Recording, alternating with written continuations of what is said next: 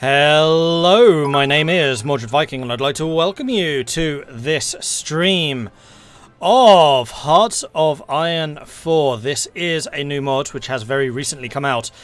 It is the New Order, Last Days of Europe, and this is effectively what the world in 1962 would look like if Germany won. So this is basically the Kaiser Reich of World War II.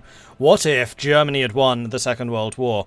The scenario is Hitler is on his deathbed right now, and this is the struggle for control in the world after that period. This is my first time even looking at this. I haven't checked any of the focuses, I haven't checked any of the nations. I've literally just read the mod overview, the introduction, and that's as far as we've got. So let's do a new game. New Order scenario, it's the only one available, and then crikey. Okay, so these are huzzah, the breakdown of the different nations, I guess. So we have got the OFN, which is the remnants of the Allies. Basically, huzzah, the United States is trying to tear up the treaties which ended the Second World War. Richard Nixon is currently in charge, and he's basically trying to reform the political system in America. Huzzah! To try and overcome the thingy. Then we've got the Union of South Africa. This is Villersgraaf, Conservative Democracy. So these are the two democracies. Then we've got Germany, led by Adolf Hitler, though like I said, he is on his deathbed, so he ain't going to be around for much longer, so yeah. And then this is effectively the subdivisions of Germany. So there is probably going to be a civil war in Germany, so I think you start as Germany, then you choose one of the subs. And then there are the various groups within the German sphere, huzzah, led by other major figures in history. So Heinrich Himmler is in charge of Burgundy? Ordenstadt Burgund. Then we've got the Kingdom of England, led by Alec Douglas Home. Authoritarian democracy. Then we have the Reichskommissariat Ostland, which I think is going to be Russia? Or maybe Poland. I think that this is probably the Polish area. Then we've got the Reichskommissariat Südwest Africa, so Southwest Africa. We've got the Reichskommissariat Ostafrika, so East Africa. And then Central Africa as well. Huzzah! And there are a bunch of gift subs coming through, so while we get interrupted by the huzzahs, let's just go and acknowledge those. Sindrin, thank you very much for the bits. Huzzah! There are 4 rules of war. Number 1, don't march on Moscow. Number 2, don't get into a land war in China. 3, don't invade Afghanistan. 4, ignore the other rules if you are Genghis Khan. Fair enough. Huzzah!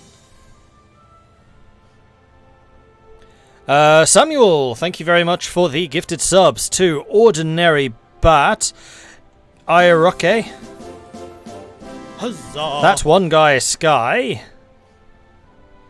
Lumia Khan, Randfor, Nat Hoffen, Derek Origio, and Gryluxnder. Congratulations on the gifted subs, courtesy of Samuel. Thank you very much for that. And Taranthil, thank you very much for the Twitch Prime resubscription. Very much appreciate that as well. Coming in with a 5-month resub. Love the Dutch Brit. Dutch American. I live in England. I'm not English. But thank you very much for the ongoing support there. Very much appreciate that. And thank you very much for all the gift subs coming in. Always really appreciate that. Tried this mod and it was so intimidating. Hopefully the stream will give me a faint idea of what to do. I watched a very, very, very, very, very small bit of the Daniel playing after we raided him over the previous stream. And the one piece of advice he gave me was don't worry about the money. But I always worry about the money. Okay, so what else is going around the world? So we've got the West Russian Revolutionary Front, led by Clement Voroshilov. We have Samara.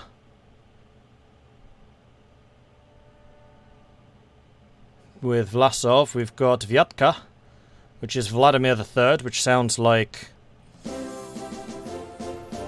Huzzah! Return of the monarchists. I mean, I'll read more of the histories in a minute. I just kind of want to go over these just in general terms.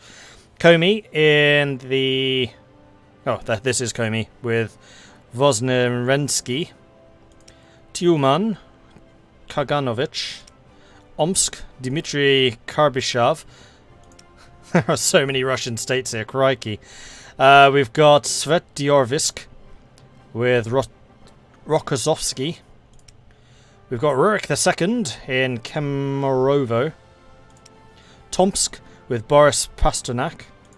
The Siberian Black Army with the Siberian Soviet. We've got Irkutsk with Grengish Yagoda. Buratia with Sablin. Chita with Mikhail II.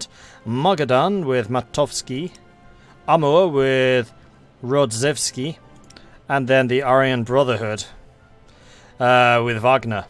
Then over in the Japanese sphere, we have Japan, led by Ino Hiroya. And basically the story with Japan is they're trying to deal with all of the multiple nationalities and cultures which are now in the Japanese Empire. So we've got the Republic of China with Zhongwu. We've got Indonesia with Sukarno. And then Luhan in Yunnan. And then we have Italy, led by Galazzo Ciano. We've got the Iberian Union under Franco. I mean, that one could actually be quite interesting, because Franco, I think, still stayed neutral. No. Yeah, they stayed neutral. Then we've got Giuseppe Castorano in the Territorio Militar Algerino, which I guess is Algeria? Yes, it's Algeria.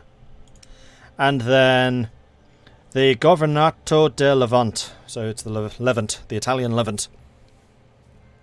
Poznik coming in with a 36-month resubscription. Thank you so much for the ongoing support there, Poznik. I really massively appreciate that. And it was actually pointed out earlier when I was talking in chat that was showing the 3-year sub badge. But you are the first one who is actually officially able to show the new 3-year sub. I think you're the first. I'm pretty sure you're the first. So yes, first unveiling of it. It is the purple wings? Pink wings? It's one of those two. Golden wings for 1 year, orange wings for year 2, and for some reason it didn't show up next to your name. Oh! But you do have something special for that. So there we go. Okay, so let's go through each of these. I don't know if I want to read everything, but I feel like I probably should in order to get a better idea of what's going on. While America joined the Second World War, it was too late. The United States performed admirably, humbling the Kriegsmarine in the Atlantic and beginning to turn the tide in the Pacific, but the invention of the atom bomb ended any hopes of an American victory for those few remaining allies. Now, 20 years later, America stands divided. While the Depression is slowly ending, the American political scene sits in chaos. The government remains locked between the uneasy Republican Democrats and the National Progressive Party, a failing union of America's political outcasts. With the civil rights movement greatly shifting the political sphere, the 60s will herald the greatest threats America has ever faced. And that's even without talking about Germany at all. So they are the last bastion of liberty. The United States of America is the last light of freedom shining in the world of darkness. The other great democratic nations of this fragile world are now turned into dust, smashed by the overbearing fascist-holding fist of the Reich and the rising sun. As the only major allied power to survive the inexorable advance of evil during the Second World War, America must bear the torch of liberty into this new, twisted age. They've got the American malaise. Daily political power gains reduced. Recruitable population massively down. Stability massively down. War support down. America was once a nation of indomitable will, a nation so bountiful and spirited that its optimism seemed unconquerable. That was ended by the atomic bombing of Pearl Harbor. Now, across each and every one of these United States, the country is mired in a malaise with only a dim light at the end of the tunnel. The land of opportunity and idealism has been overcome by poverty and strife. It is a pit that may not be surmounted easily, and only time will tell if the patriotic fire that once burned in the American heart shall return, or if it is extinguished. Then we've got the Jim Crow laws. I'm not going to read all of them, I don't think. We'll just go over what the starting national ideas are, just so we have an idea of what's going on. Then we've also got the Union of South Africa, which is the empty throne. Oh, so this is basically the Canada of the New Order. This is where the British monarchy fled to. Desperate neutrality. And divided nation. A monarchy without a monarch, and a nation without a direction. The Union of South Africa has found itself increasingly struggling to hold back the forces of unrest, waiting to tear the nation asunder. While the Boers have never managed to take power in the nation, their presence is felt more and more, and they clamour for either representation or outright independence. Elsewhere, the Africans shout from the streets against a nation of segregation, if not in law, then in practice. If its domestic issues were not enough, South Africa finds itself torn between two spheres, constantly being pressured by the Americans to join the OFN and the Germans to bow to the Reich. And then we have the German-leaning factions. Once humbled by their failures in the Weltkrieg, Germany once more rose to prominence with the leadership of Adolf Hitler in the 1930s. Thanks to the failures of the Allies, World War II was ended in complete German victory. Germany now presides over the most powerful empire on Earth, but, despite her victory, Germany's control remains tenuous at best, racked by an economic crash that has frozen the nation for a decade and with a massive slave caste providing for the German people. The population has begun to protest. The nation is now trapped in a series of student protests and the machinations of the Reichsbank. So they have the to banish want, 2 principles, and then Endsieg. Population down, war support down, research speed down, academic base monthly change down, poverty down, and industrial expertise down. Okay, so we have some very new factors coming in here. Interesting, interesting. Bad mod to play if you don't want to read everything. I'm not going to read everything like the spirits yet. Once we choose a faction based on like the overview, then I'll go into more detail for that faction. And if we enjoy the game, then we'll keep on revisiting new factions and we'll get more information. Just like we did with Kaiserreich and Road to 56 and all the others. Okay, then we have the Ordensstadt Burgund. Much of the northern France remained under direct German occupation when the Second World War ended. Life there was cruel and oppressive, but eventually it settled into something resembling normalcy. But it would not last. After his failed coup during the West Russian War, Heinrich Himmler was given northern France and Belgium as his fiefdom by Hitler, hoping it would leave him content to no longer meddle in German politics. But what was meant to be a sinecure became a staging ground, and the land of the nascent SS Ordensstadt Burgund is clay in Himmler's hands, free for him to mould as he sees fit, and with his plans growing ever more audacious and destructive by the day, the Shadow State will soon play host to greater and greater dangers in the Reich, Europe, and eventually the world. So they have the Shadow State, which is giving them massive bonuses, Purge the Rot, which is giving them massive penalties, and then the Three Realms. And then we have the Kingdom of England. Although American aid came to the English in the World War, it was too late, and for the first time England was invaded by a foreign power, her empire stripped away and with an occupation force ensuring good order and civility of the English people. England now faces its darkest hour, with no Arthur to save it. If anything can... Oh, I thought for a minute he was called Arthur, but he's not, it's Alec. England now faces its darkest hour, with no Arthur to save it. If anything can be said of the British, however, it is that they are hard-headed. And even now, 20 years later, whispers of rebellion spread. The nation now sits on a tipping point. Collaborate with the wicked Hun, or risk everything to stop them. So we have Her Majesty's Most Loyal Resistance. Own People's Hate. And Across the Channel.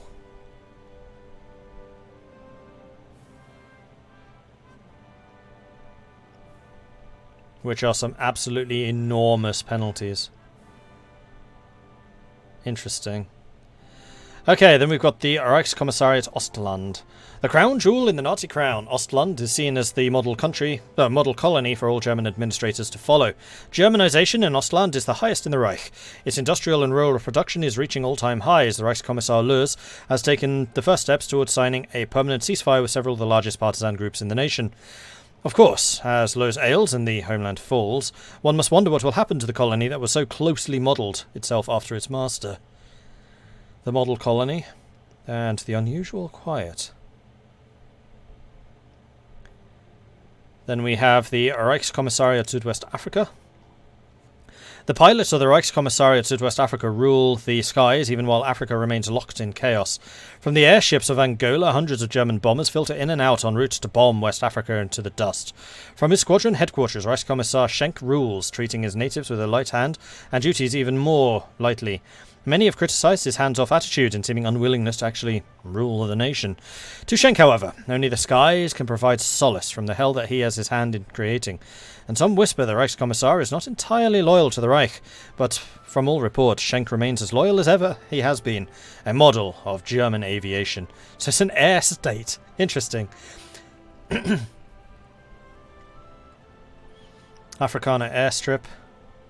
Away in the clouds and incoherent bookkeeping. Okay, that's actually a really interesting idea. And then we have the Reichskommissariat Ostafrika. Some say that the Reichskommissariat is but a mirror of its ruler. Indeed, Ostafrika is very similar to the Reichskommissar Hans Huttig. Both are dry, pitiless, and utterly devoid of humanity. Under the watchful eye of their Aryan masters, the inferiors toil their blood, their tears, and their deaths, nothing but the perfect fuel for the Reich. Even the watchers, however, are under scrutiny. Huttig despises incompetence and pity, and will crush anyone displaying said defects. What awaits his enemies is a lifetime of suffering, where even death is a luxury. In a world of degenerates and traitors, Hans Huttig will uphold the Aryan standard, no matter the odds, no matter the means, no matter the price. Just another camp, Aryan-only SS, and the unending war. Ugh. Reichskommissariat Zentralafrika.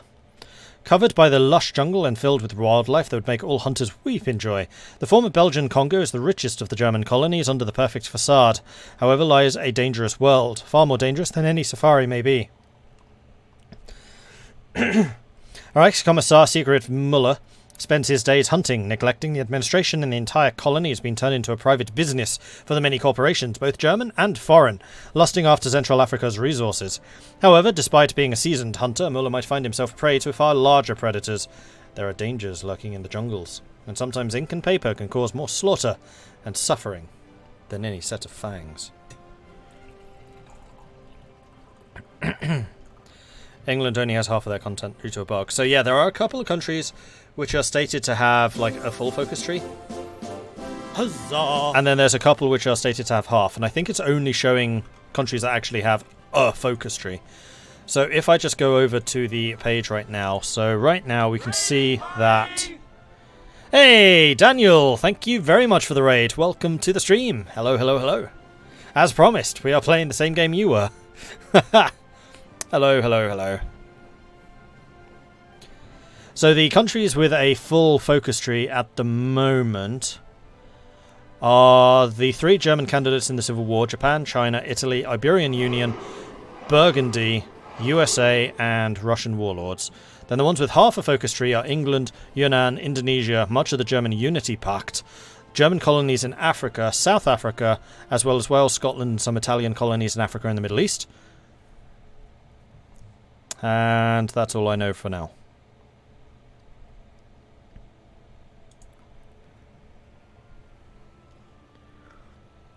So at the moment, for those of you just joining us, I'm just going through the different nations.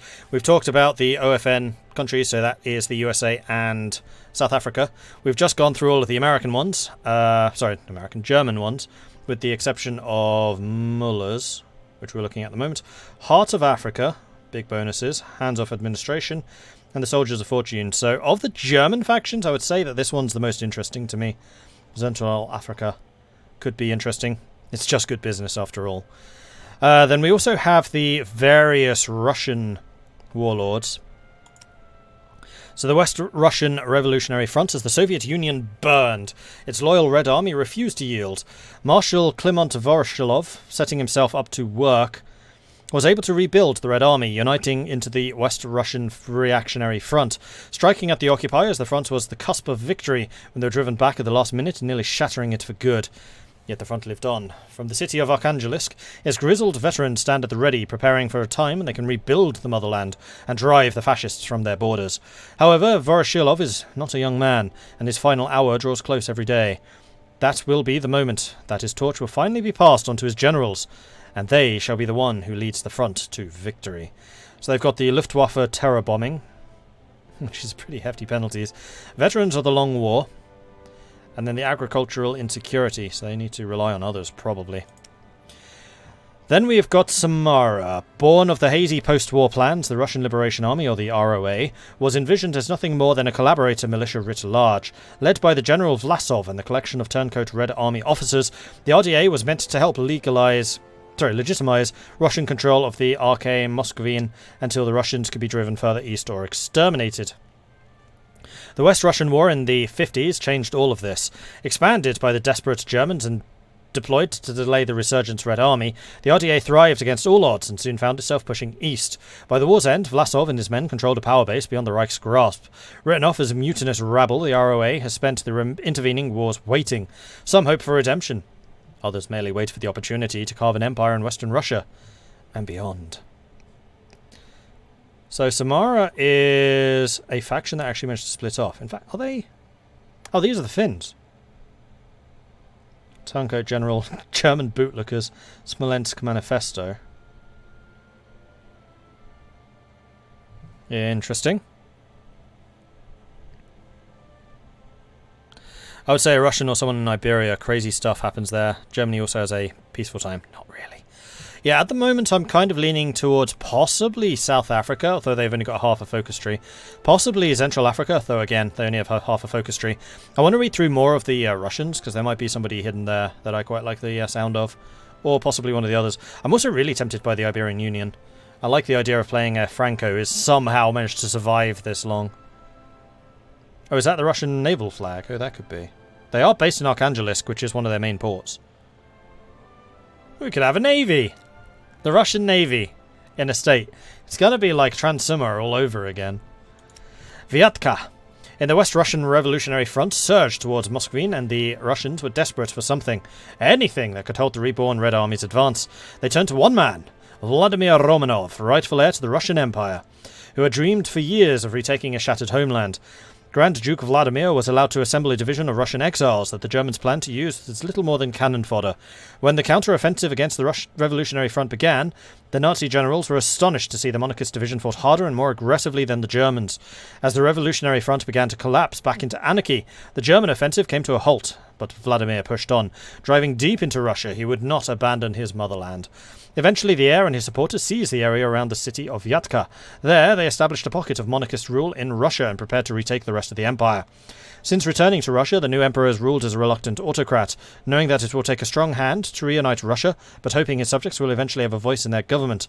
The Principality of Vyatka faces many troubles, from bickering generals and battling political cliques to questions to the Tsar's role in his government. The time is coming when these questions will be answered, and the fate of the Romanovs will be decided once and for all. Okay, that one's actually kind of an interesting one. The Emperor and himself. Officer infighting and an unrepentant reaction. These sound like the goodest guys so far. Everyone else has kind of sounded like a bad guy in some way. Vyatka, interesting. I like them. Okay, then we have got Komi. As the West Russian Revolutionary Front collapsed in the end of the West Russian War, it was in Siktva, capital of Komi, the ASSR, that the civilian government of the front found themselves in. From the witch's brew of the WRRF officials, Soviet political exiles, refugees, and those who would be unwelcome in other statelets, the Komi Republic took form, establishing a constitution and democratic institutions, which served until the end cycles of violence which had afflicted it. However, all is not well within the Republic. Political conflict and scheming is reaching a crisis point, and it seems the days of democracy are limited. So this could potentially be a natural ally for the USA in Russia. Interesting. Tumen. Russia was a land of battling cliques long before the Soviet Union fell to the Germans. In the chaotic days after Lenin's death, multiple successors vied for control over the young Union. For a brief moment, it appeared as though the crown might pass to Joseph Stalin, but tragedy struck. Stalin met with a mysterious and untimely demise, and his supporters were scattered across the Union, relegated to positions of no importance as Bukharin seized control. One of these men sent to Iberia was Lazar Kaganovich, and he never forgot the teachings of his mentor.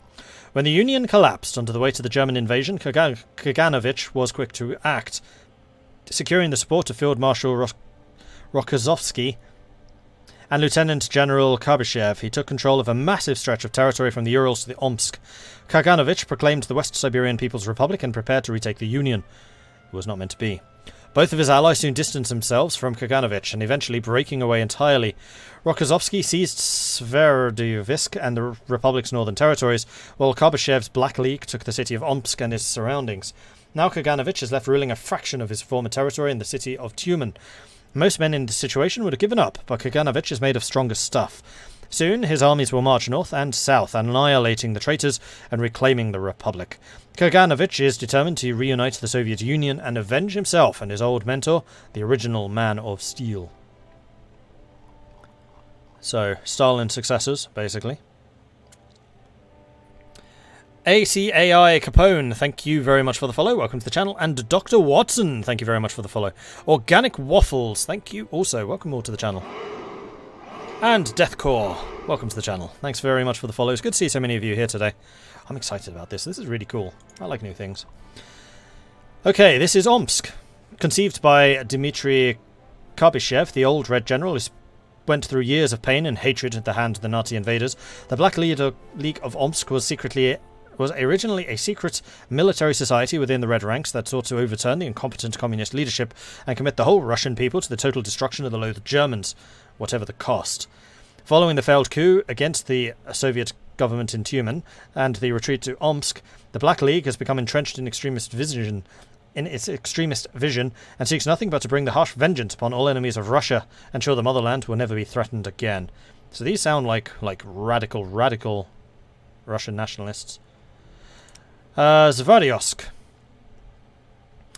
Marshal Konstantin Rokossovsky and his Third Army defended the Soviet Union from the fascist invasion until there was no longer a union to defend. Bloodied, but not defeated, Rokossovsky withdrew eastward where he found himself part of the West Siberian People's Republic. However, seeing the corruption, incompetence and callousness of the Republic's leadership, Rokossovsky quickly became disillusioned, and when the opportunity arose, he broke away and declared a rival military government in Sverdlovsk, seizing much of the Republic's northern territories along with it. Now, Sverdlovsk stands alone against the approaching storm, the bearer of the shining light of liberty in a land of oppression and death. Rokossovsky, as old as he is, remains steadfast in his desire to reunite the motherland with the military at his helm, serving the worker and the peasant above the bureaucrat, the aristocrat, and the apparatchik.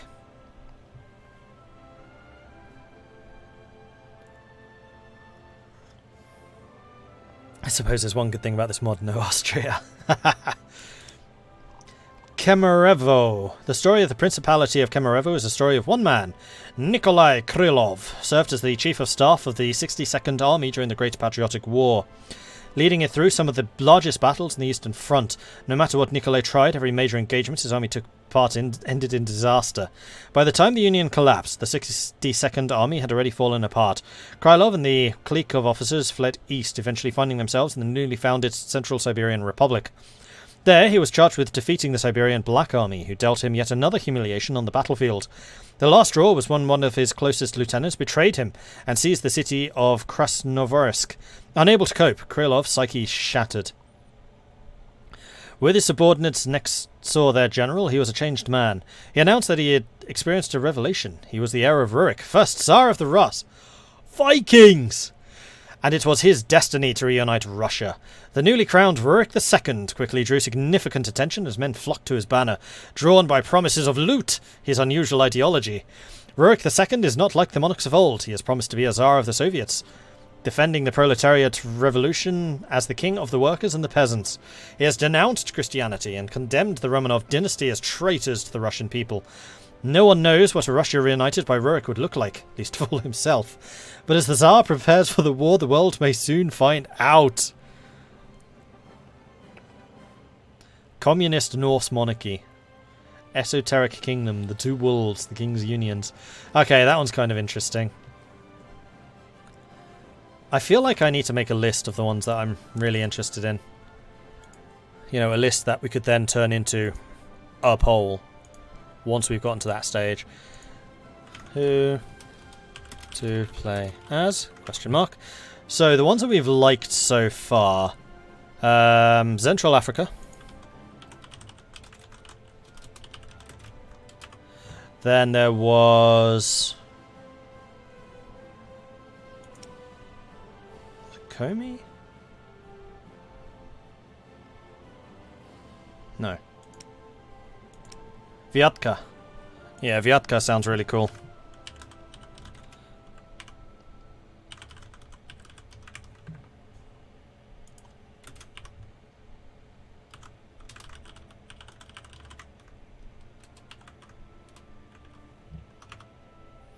Then we had Rurik II. Kemerovo, which is Norse Rus. Okay, so those are the three so far. Oh, Samara. I quite like the idea of Samara. We'll add them if we need another.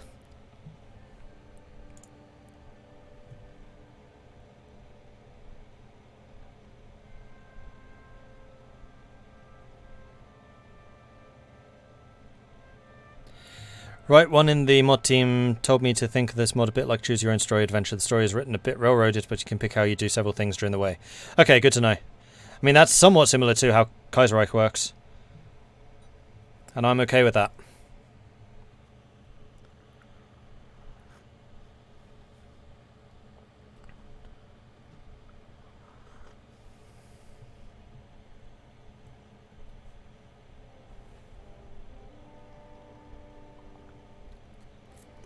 Wait, what mod is this? This is the new order.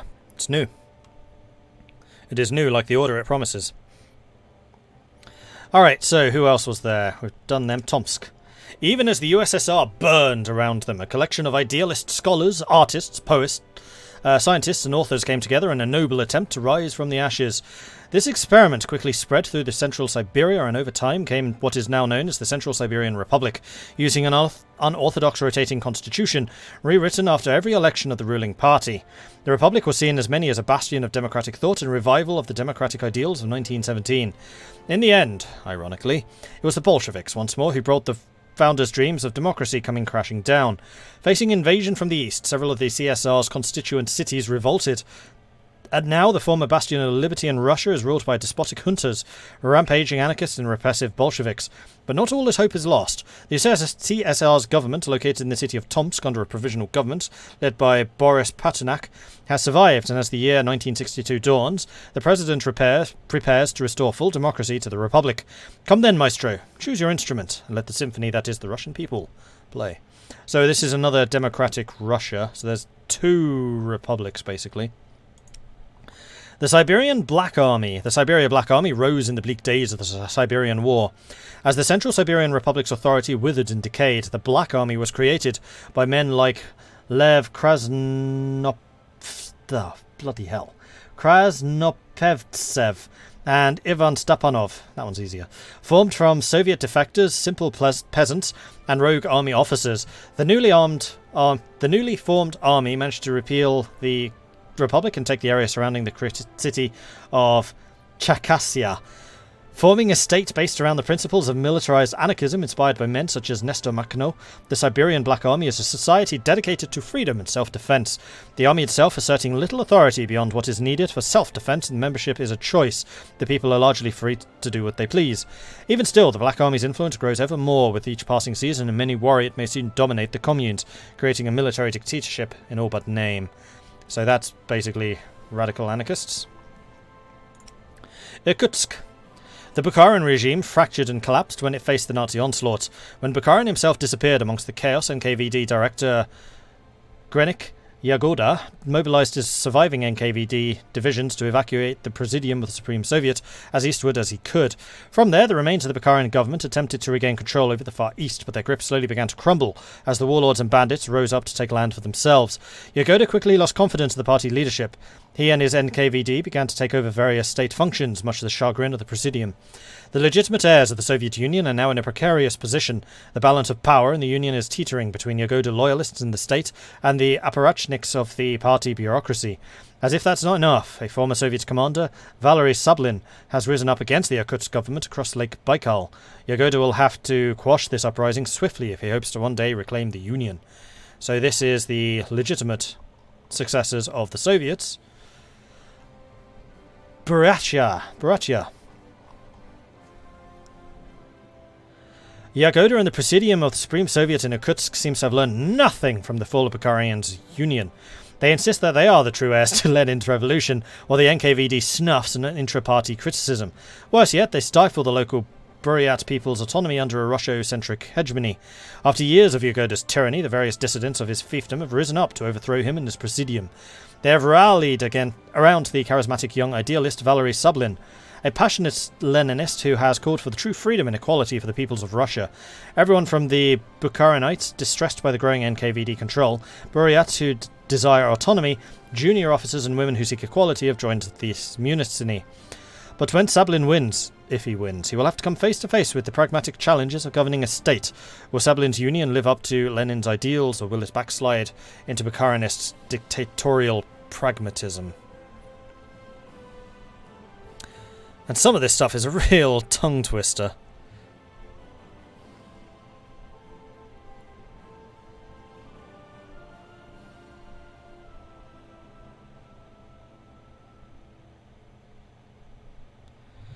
Mordred, all this talking and need some tea. Yes, I am. Utopia Rocker, thank you.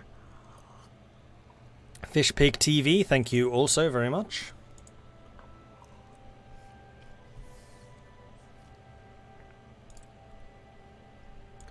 Oh, I'm expecting good things from the map. Definitely. You are the true heir. You are the true heir. Everyone's the true heir. The true heir use power to crush the rest. Well, if everyone's a true heir, then all power is legitimate. Right? Chita. For many Russian exiles in Harbin, the rise of the Russian Fascist Party was a godsend. For the officers of the White Army in the city, it was a nuisance. They had spent years fighting to restore the Romanov dynasty to their rightful throne, only to see the exile community abandon the monarchy for its distasteful new ideology. The old generals, led by Ataman Semyonov, reluctantly agreed to work with Rodevsky and the RFP, more out of mutual hatred for the Bolsheviks than anything else. When the Nazis invaded the Soviet Union, it became clear Hitler was not waging war against communism, but against the Russian people. The generals were appalled by Rodzewski's refusal to denounce Nazism. It was decided that the partnership could not last, but the generals would wait to split until the time was right. That time came shortly after Rodzewski launched his invasion of the Russian Far East. The White officers invited Prince Michael Romanov to a dinner party in Harbin. Once there, they invited him in all of their schemes, declaring that they would crown him as the new Tsar and retake his empire. Oh look, another legitimate heir. Both Prince Michael's reluctance to join their cause and the ineligibility for the throne failed to dissuade them. Soon Semyonov's clique had seized the city of Chita, denounced the RFP and declared their loyalty to the newly crowned Tsar. Free of Rodvaevsky's control and back on Russian soil, the officers are now preparing to destroy the fascist remnants and reunite Russia in the name of Tsar Mikhail II. Whether he wants it or not. That's not really a very good basis for government there. A reluctant monarch. Since the birth of the Russian Fascist Party, Mikhail Matovsky competed with Konstantin Rodevsky for control. Rodzewski was aggressive and idealistic and openly supported Hitler's Nazism, while Matovsky was more subtle and diplomatic and saw the racial hatred the Nazis held for Russians plainly. The two men often butted heads but worked together for the dream of a Russia free of Bolshevism. When the Nazis invaded the Soviet Union, that dream suddenly became a reality. As the RFP organized an invasion of the Russian Far East, however, Rodzewski's refusal to denounce National Socialism, even as the Nazis carried out genocide against the Russian people, was a breaking point for Matovsky. He knew that Germany would never tolerate a strong Russia, even a fascist one, and Rodzewski was the only leading nation towards suicide. Matovsky and his supporters took control over the port of Magadan and declared that Rodzewski was a traitor to the motherland, and only Matovsky would be able to reunite Russia under true fascism. Matovsky's clique has now spent years preparing to strike south and finish Rodzewski's once and for all. Resources in Magadan are scarce, forcing Matovsky to turn in unusual sources for help.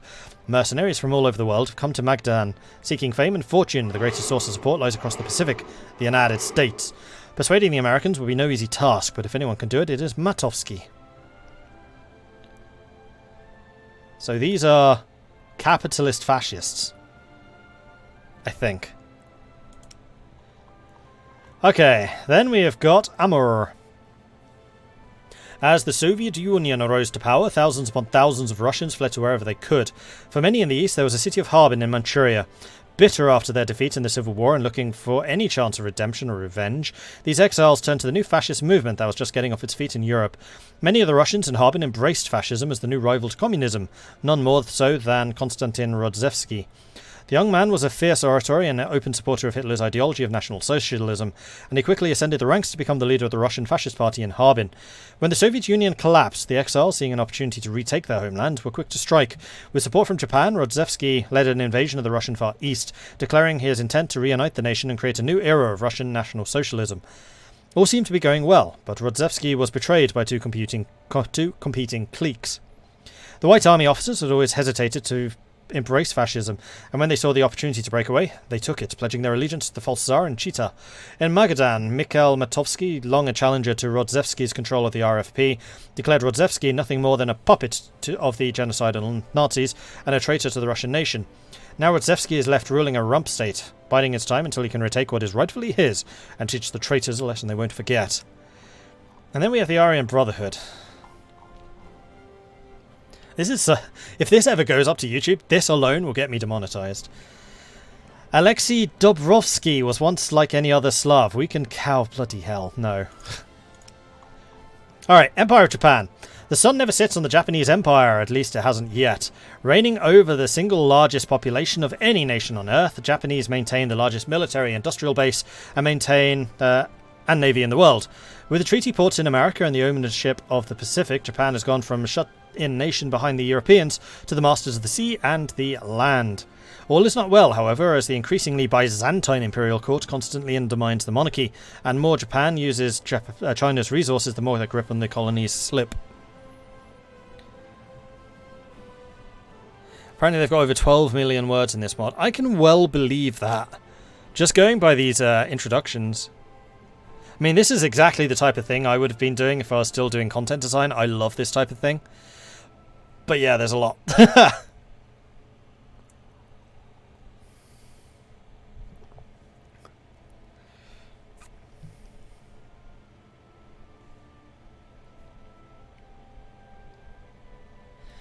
Alright, Republic of China. The hopefuls who lit the fuse against Qing and Wuhan would die in the Republic just 30 years later, as it was snuffed out by the Japanese in Chongqing. The new Republican government over China claims to be the legitimate successor to the KMT's Republic, but all up and down society know this not to be true. In reality, the ROC of 1962 is a virtual colony of the Japanese, serving to put food on the Japanese tables and resources for exploitation. But there are some who still see the light where others don't, and they see the potential of this situation. China was known only peace and stability since the War of Resistance, and the Japanese investments have kick-started the Chinese economy.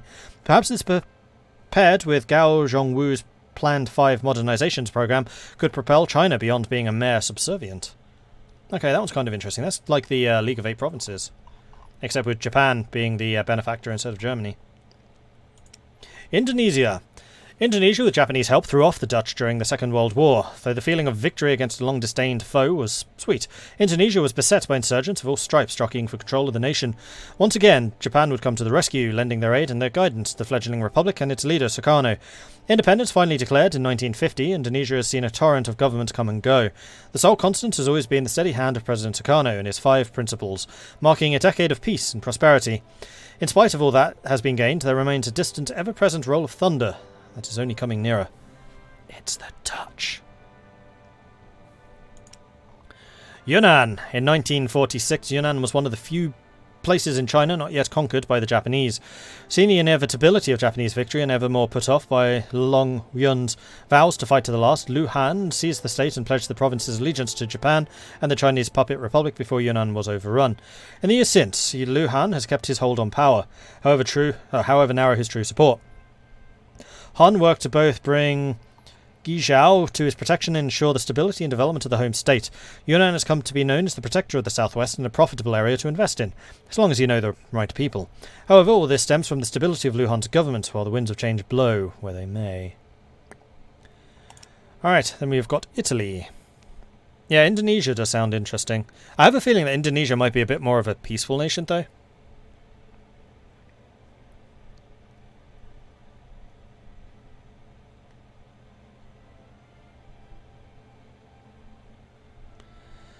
Italy's recent history is one strung with an impressive sequence of victories and defeats. The minor partner in European Axis, Italy entered the war playing second fiddle to Germany and performing disastrously in the Balkans, only to win an incredible victory in Egypt. Italy soon found itself ruling over an overstretched empire and a divided nation.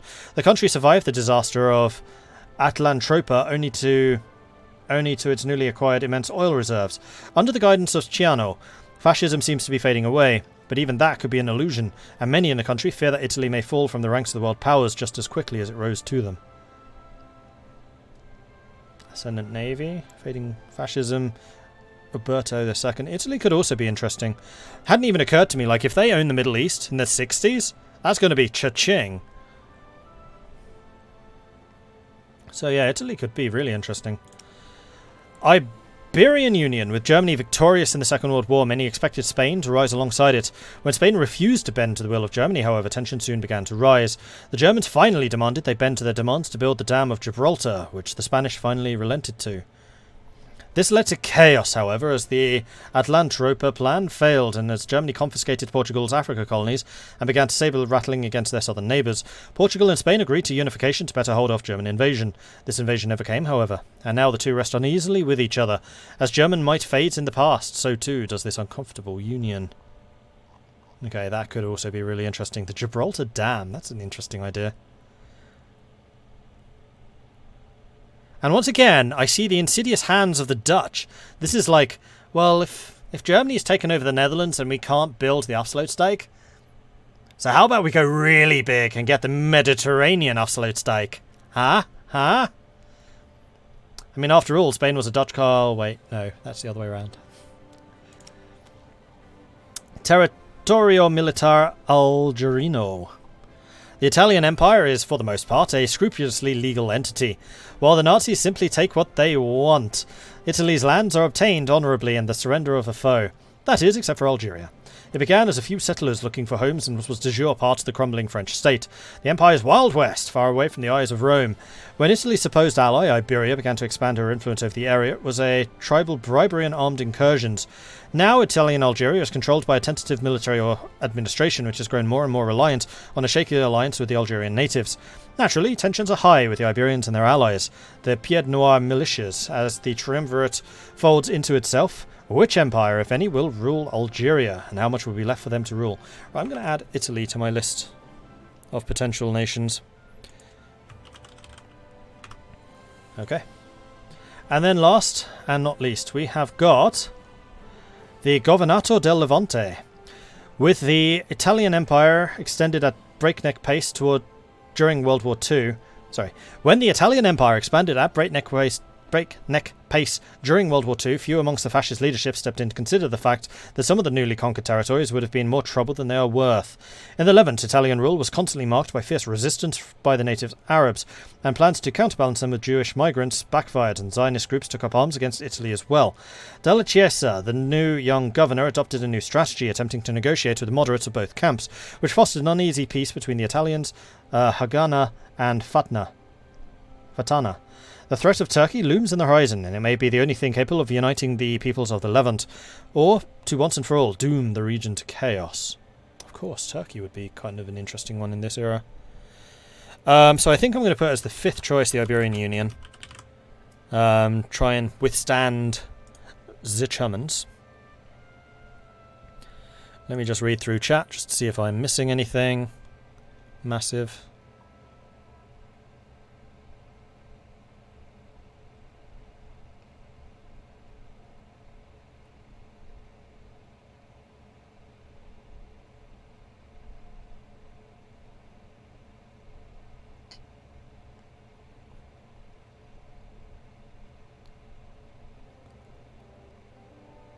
Oh, is Italy missing text? Let me just check the mod overview again, see what Italy's standing at. So Italy is...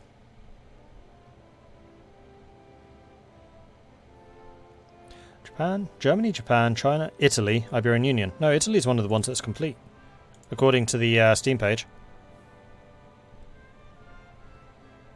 Indonesia is one of the 5.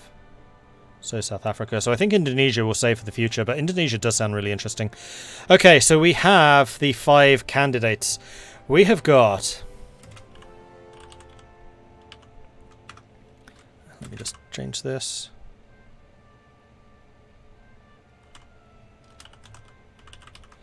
Okay, so we've got the Central Africa, which is basically a corporate entity.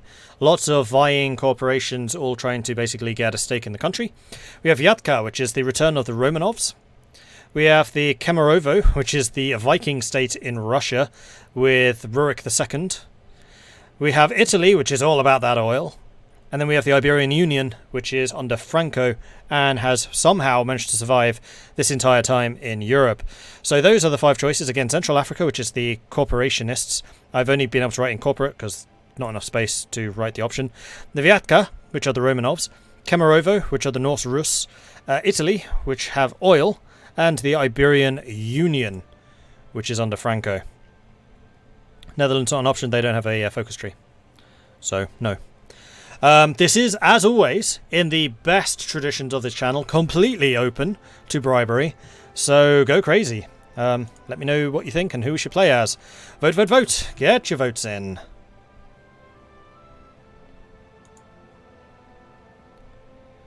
What's this mod all about? It's basically Kaiser Reich of World War II. What would have happened if Germany won the Second World War? And slightly more uncomfortable in some of the nations that have risen.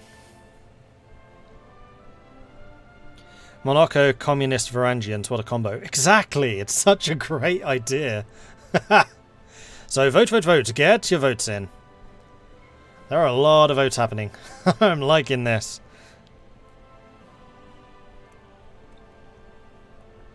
Can't... Oh yeah, I could show the map. This is the map as it stands. Okay, Iberian Union's actually fairly large. There's Algeria. The Italians are all down here. Turkey is indeed pretty big. Grosse Germanische Reich. Scotland, Wales, England, Cornwall. Republic of Ireland. Reichskommissariat Norwegen. Sweden. Republic of Finland. Oh, so that wasn't... Oh, this was the West... Yeah, I think it was them. Gorky, Samara, Bashkira, Orenburg. Ural League.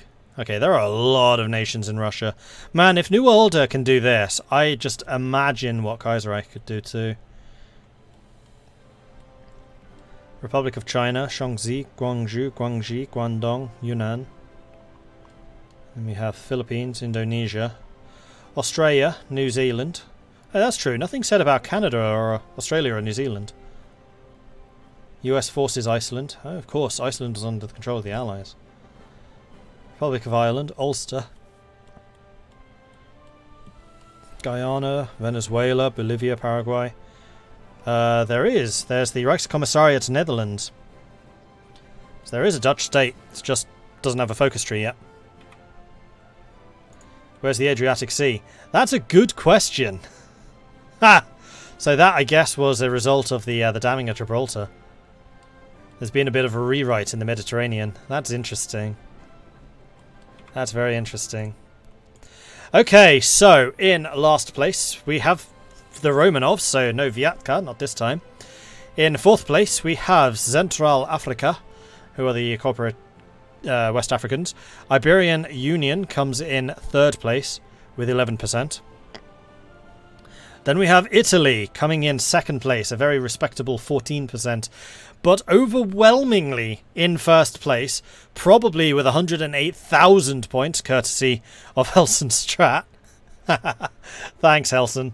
That is 62% of the vote going for Kemerovo or the Norse Rus.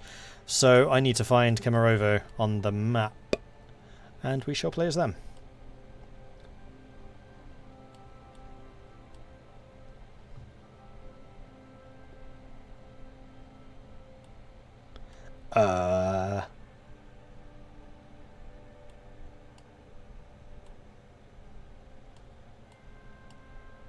Kemerovo, there it is. So, around us, we have the Siberian Black Army very close. That's a bunch of anarchists. Then we have Krasnoyarsk, Next door, Orocha, there, Novosibirsk, and then Tomsk to our north. Tomsk being an absolutely enormous entity in the area. And then Kemerovo itself looking a little bit small.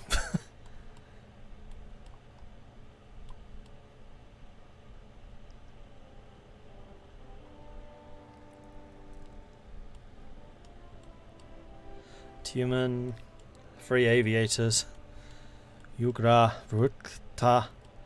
They've done a really good job with Russia here. This is interesting.